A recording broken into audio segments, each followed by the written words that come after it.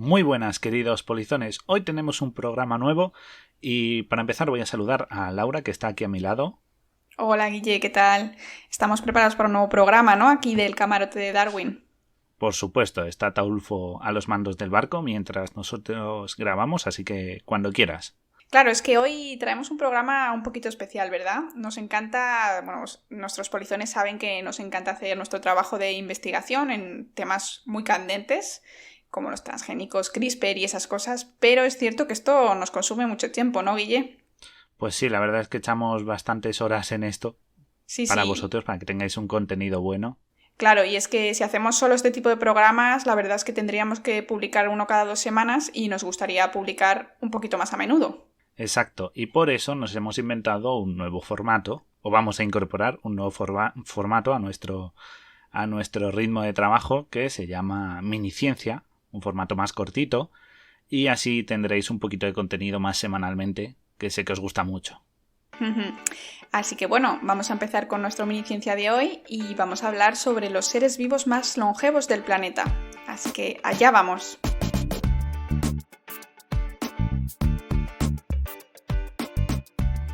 ¿Cuál es el ser vivo más longevo de la Tierra? Te levantas por la mañana y oyes, seguro que te has levantado y oyes ese crack en medio de la espalda y ese agotamiento de decir, pero si he dormido mis horas y te sientes viejo, te sientes fuera de onda y incluso hay alguien que te dice, ok, boomer. Y claro, nosotros sentimos ese paso del tiempo y lo pasamos mal. Y claro, es que es imposible no sentirse viejo algún día que otro, porque te sientes fuera de tu espacio, te sientes que ya te sientes desplazado, ¿no? Y claro, nosotros hemos pensado en eso y hemos dicho, tenemos que hacer un programa y vamos a traer la solución. Para no sentiros viejos, queridos polizones, vamos a comparar nuestras edades con la de los animales más longevos que hemos podido encontrar. Bueno, animales y seres vivos, más bien. ¿De acuerdo? Y a su lado la verdad es que somos simples bebés, ya que nuestra edad no es nada comparado a la longevidad de algunos de estos seres vivos que habitan en nuestro planeta. Para empezar vamos a situarnos un poquito. Los humanos a día de hoy tenemos una media de edad de unos 72 años aproximadamente, siendo curiosamente España el segundo país más longevo del mundo, detrás de Japón. Medalla de plata. Y exacto, somos medalla de plata en longevidad. Tenemos nosotros aquí una media de 84 años de media en 2019, cuando se ha hecho el cálculo. Pero claro, aunque 84 años os parezcan casi un siglo, una cantidad enorme de años, comparado con otros organismos, la verdad es que no somos nada. Prácticamente a nuestro lado ellos son inmortales, ¿verdad, Laura? Pues sí, la verdad. Vamos a empezar por lo más similar a nosotros, que es el grupo de los mamíferos, ¿no? Entonces, los más longevos conocidos dentro del grupo de mamíferos son, como todos se pueden imaginar, las ballenas boreales. Pueden llegar tranquilamente a los 200 años de edad, la verdad. O sea, nada mal considerando su tamaño y que tienen una fisiología muy compleja. Es decir, son mamíferos que respiran aire y que viven debajo del agua. Así que bueno, normalmente lo que se ha intentado, lo que se ha visto o se ha creído es que cuanto más grande es un animal, más rápido envejecería, ya que tiene muchas células, se tienen que dividir muchas más veces que un animal que tiene menos número de células y por lo tanto pues tendría más probabilidades de sufrir mutaciones en esas divisiones celulares, causando enfermedades que están relacionadas con la edad y con el cáncer, ¿vale?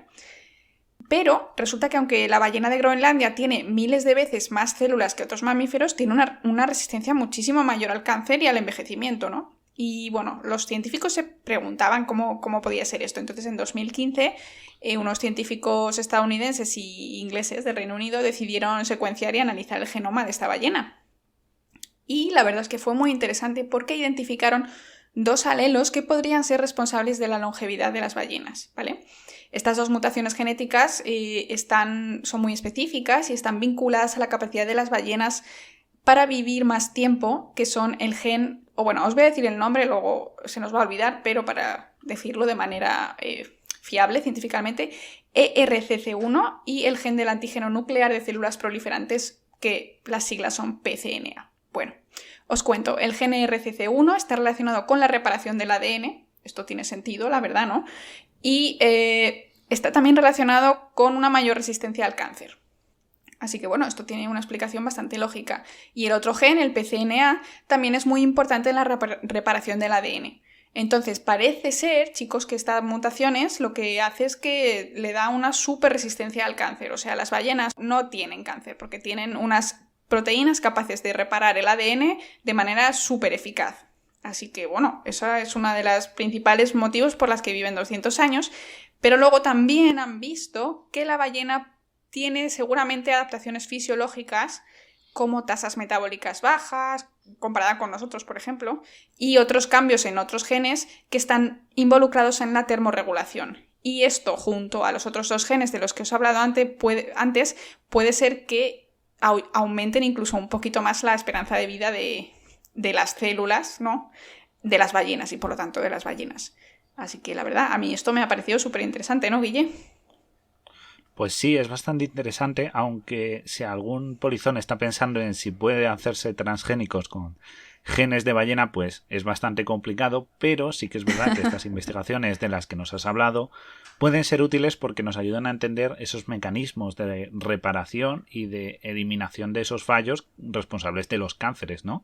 Pues sí. En búsqueda de nuevas terapias dirigidas contra esta enfermedad. Sí. La verdad es que ojalá se pueda saber pronto cómo funcionan y si podemos extrapolarlo a nosotros para curar ciertos cánceres. La verdad, estaría genial. Pues si te parece bien, vamos a seguir un poquito en el fondo del mar y vamos a ir con una especie llamada Synantheia hórrida, que a lo mejor no suena mucho, pero es más conocido por su nombre común, que es el pez roca, ¿de acuerdo? Este es el pez más longevo del planeta, ¿de acuerdo? Tiene un aspecto así como su nombre indica, rocoso, como un aspecto así no muy atractivo y muy disimulado para ocultarse de predadores. Y suele vivir de media unos 205 años, que es un montón para ser, un organismo complejo. Para ser un pez, además. Y es que, sí, además es un pez, es que es como lo de la ballena, un organismo bastante grande y bastante complejo. Con lo cual, lo que tú has dicho antes, esa tasa metabólica y tal puede influir en que surjan errores genéticos, así que también es curioso que sea tan longevo este animal. Y como dato adicional os diremos que vive en aguas tropicales de los océanos Índico y Pacífico, con lo cual aquí no los veremos mucho. Aún así, os recomiendo que si algún día en un futuro os topáis con él, tengáis mucho cuidado, porque es un pez bastante venenoso, ¿de acuerdo? En contacto directo es muy peligroso porque en sus aletas hay unas espinas, ¿de acuerdo?, que tienen un potente veneno neurotóxico, que incluso puede ser mortal para los humanos. Sí, Esto sí. es muy cierto porque hay gente que los pisa sin querer, porque como son peces roca, se disimulan con el fondo y tal. Claro, hay gente con la que los arena. pisa sin querer. Exacto, con simplemente el fondo marino y las piedras y tal, pues no lo ven y les pica y resulta mortal. Así que este animal podríamos decir que es doblemente mortal, porque si no te mata su picadura, lo que hace es que va a esperar y va a verte morir de viejo, así que es bastante puñetero este pez. Obtendrá su venganza. ¿De acuerdo? Exacto, se va a vengar de ti, es un hecho. ¿De acuerdo? Hemos estado investigando y sí que es verdad que de su longevidad aún no se conoce la razón. Sí que se intuye que debe ser algún factor genético parecido al de las ballenas, pero no se ha dado todavía con el gen en concreto que les proporciona esta ventaja, ¿no? Lo que sí se sabe es que tienen un comportamiento bastante curioso y diferente a otros peces. Y es que otros peces, cuando ponen los huevos, los fertilizan y los abandonan, ¿eh? Ya los alevines se encargan de salir adelante. Sin embargo, en esta especie, el pez en sí, el progenitor, cuida de las crías hasta que están seguras y ya están desarrolladas, con lo cual es un comportamiento bastante curioso. Sí. Y otra curiosidad bastante extraña es que estos peces no tienen un ciclo reproductivo constante. Es decir, pueden pasar en un periodo sin reproducirse de bastantes años hasta que haya unas condiciones adecuadas. ¿De acuerdo? Así que es bastante curioso. Y en verdad es una estrategia bastante buena, porque si vives 200 años, pues es probable que no se te pase el arroz como ocurre a otras especies. Con lo cual también es una muy buena estrategia para evitar eso. Pues sí, pero es que en el mar los hay muchísimo más longevos, Guille. Seguro que has oído hablar, no me digas. Sí, de la almeja ártica islandica. Es una almeja cuyo récord fue batido por la querida almeja Ming, que recibe este nombre porque nace durante la dinastía de China, ¿no? Que tenía este nombre. Y, bueno, por desgracia, este bivalvo nos dejó en 2006 a la edad de 507 años. Una almeja. Increíble, Ojo, ¿eh? sí. Pero la pobre nos dejó en el año 2006. Es decir, pensadlo, 507 años, esta almeja era una pequeña almejita cuando Colón descubrió América, para que os hagáis una idea, ¿eh? O sea... Bueno, pues Guille, te voy a contar que se ha estudiado muchísimo esta almeja, porque, bueno, pues 507 años, la verdad es que era muy curioso para los científicos. Y se ha visto que tiene una estabilidad proteómica muy, muy alta, ¿vale? Especialmente en comparación con los mamíferos de vida corta como podríamos ser nosotros. Y es que en un estudio se demostró que estos animales, estas almejas, no tenían cambios en sus proteínas como respuesta al estrés, como ocurre en nosotros, en la mayoría de animales, y es una cosa normal, ¿vale? Y es que además se cree que la vida útil máxima extrema de la almeja parece ser independiente de la dinámica de los telómeros. Así que si quieres cuéntanos un poquito lo que son los telómeros, Guille. Sí, yo creo que vamos a hacer un pequeño stop antes de seguir para situarnos un poquito en, como tú bien has dicho, explicar qué son los telómeros. Y os voy a contar que los telómeros, ¿vale? Son una parte, son de las... Si os imagináis un cromosoma, ¿de acuerdo? Esa forma de X, de esas 4 patas que tiene un cromosoma, ¿de acuerdo? Pues son las 4 extremos de los cromosomas. Es la parte final de esas ramificaciones que forman esa X, tan conocida en los cromosomas. Sería como los 4 piececitos del cromosoma, exacto, ¿no? La parte final. Los extremos, ahí estaría la clave. Y esta parte es muy importante porque es la que está asociada al envejecimiento de nuestras células y entonces ahí es donde está esa clave de cuánto vivimos cada ser vivo. ¿Por qué? Porque cuando nuestras células se dividen, el ADN hay que multiplicarlo. Y estas zonas suelen ser bastante conflictivas. Es donde está el problema. Hay una enzima muy importante que es la telomerasa, cuyo descubrimiento les valió, por cierto, un premio Nobel de Medicina y Fisiología en 2009 a sus descubridoras, que fueron las biólogas Elizabeth Helen Blackburn y Caroline Whitney Grader, que por cierto, ya que tuvimos un programa dedicado a mujeres investigadoras y en el mundo de la ciencia, pues aquí tenemos otro ejemplo y este descubrimiento es bastante importante. Muy, muy importante, porque sí. El descubrimiento de la telomerasa ayudó a entender cómo esta enzima ayuda a los telómeros a que no se estropeen tan rápido. Es decir, la degradación de estos telómeros, según vamos envejeciendo, sucede que se acortan. ¿De acuerdo? Se acortan los telómeros y por tanto las células van funcionando peor. ¿Por qué? Porque su ADN, que es el más importante, va quedando expuesto. Para que nos entendamos, es como un margen de error hasta que llegamos al ADN importante.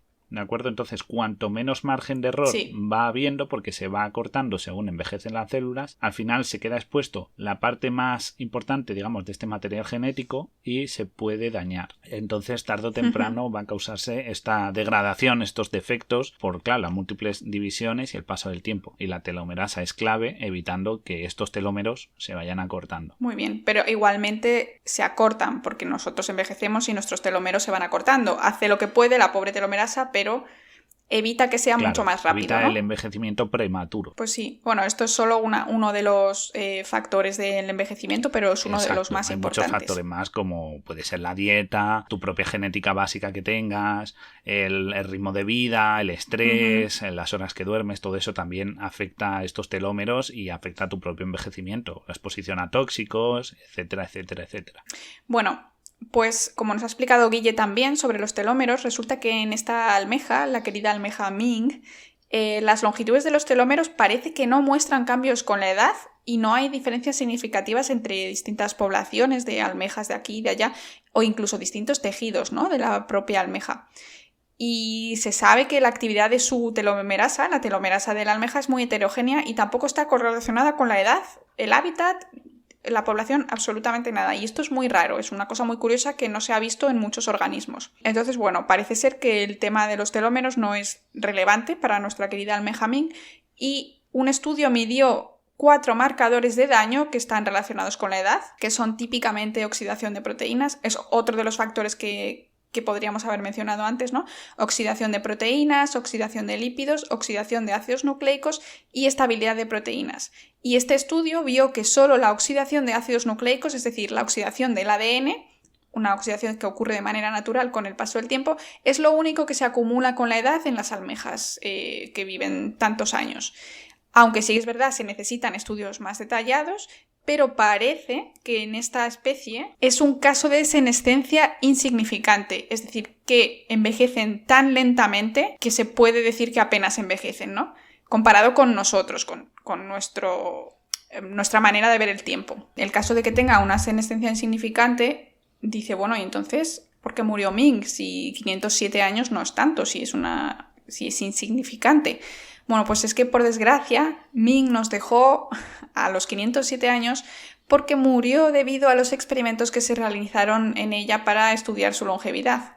Así que quién sabe, puede que hubiera vivido muchísimos años más y hubiéramos podido estudiarla más tiempo o verla pues más tiempo. Sí, la verdad ¿no? es que ese día los científicos estaban un poquito torpes porque la verdad acabaron con un animal muy longevo simplemente por accidente, se podría decir. Así que una pena, la verdad. Y ahora vamos a seguir con un poquito el fondo marino, porque ya hemos visto que guarda muchos secretos y los corales son un maravilloso secreto que está ahí escondido y que cuidamos muy poco.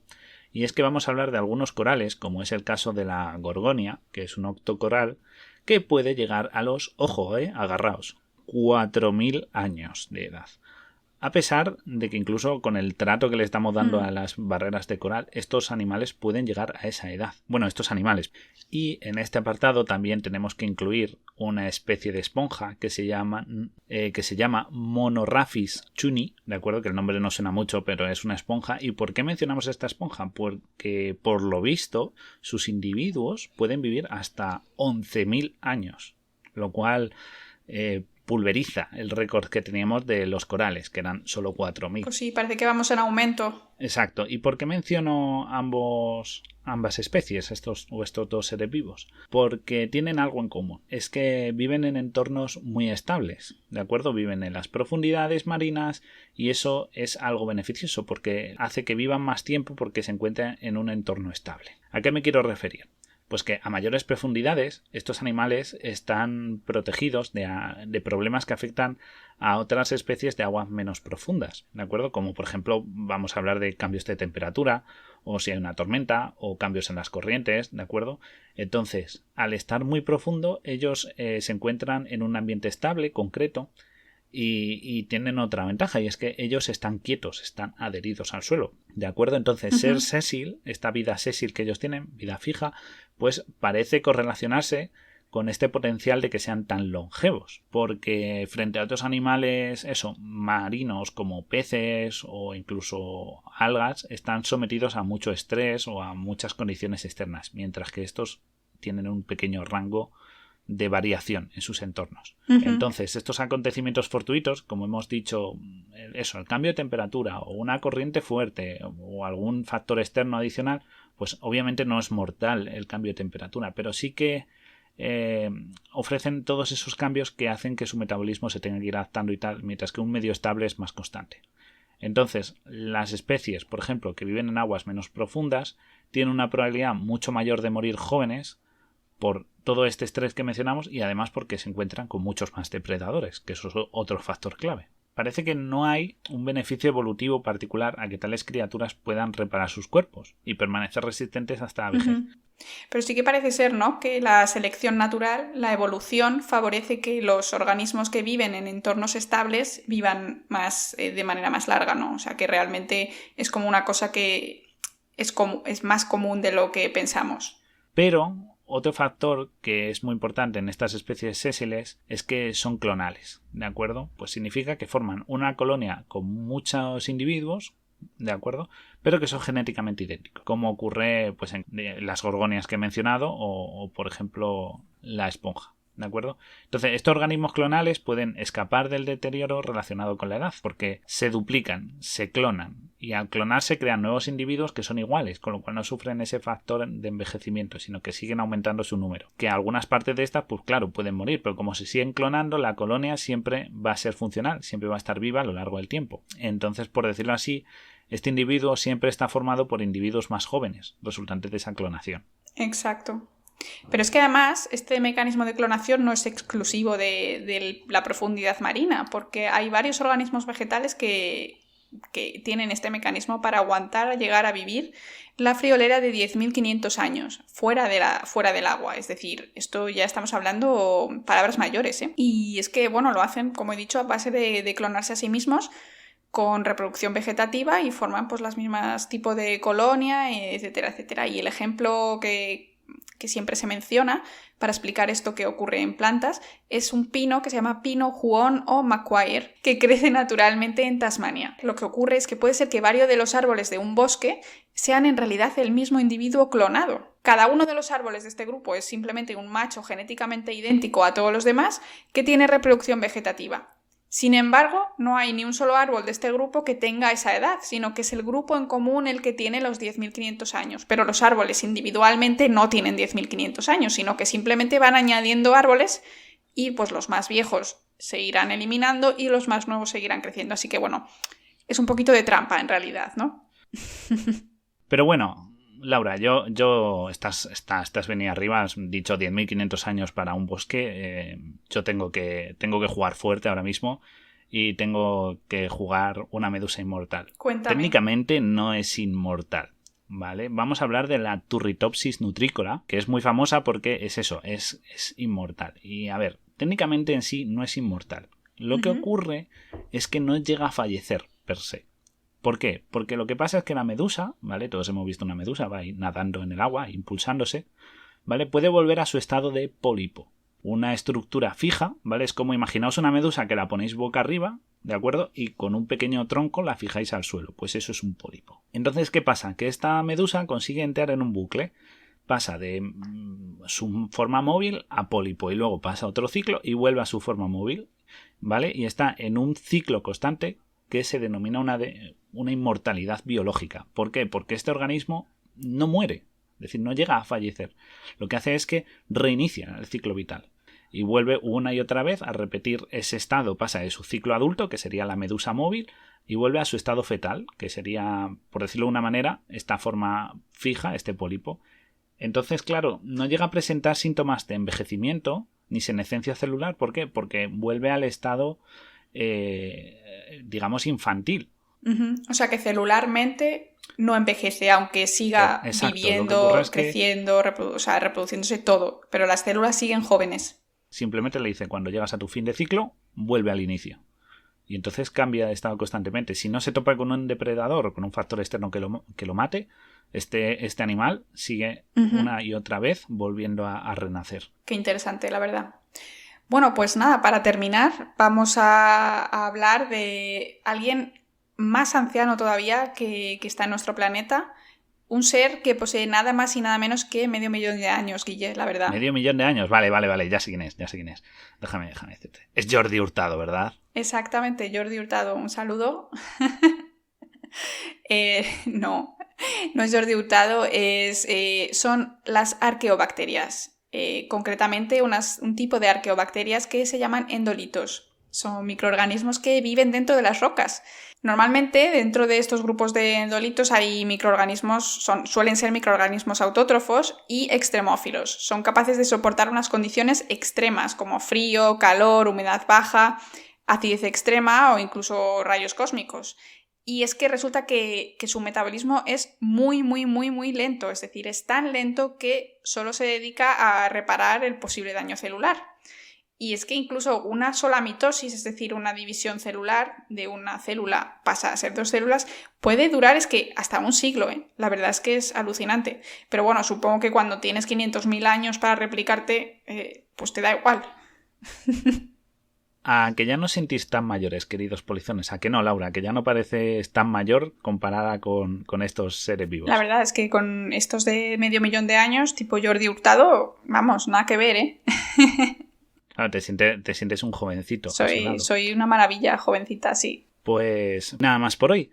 Espero que hayáis disfrutado este primer mini ciencia del Camarote de Darwin, este nuevo formato breve entre capítulos largos que vamos a hacer, y que os haya gustado mucho, os haya resultado interesante y lo hayáis disfrutado, ¿verdad, Laura? Pues sí, nos vemos, queridos polizones, en la próxima semana con un programa sobre armas químicas y biológicas, así que bueno, No te olvides de seguirnos en redes, de darle a like, comparte este programa si te ha gustado. Y recuerda, somos tu emisora clandestina a bordo del Beagle. ¡Chao! ¡Hasta luego!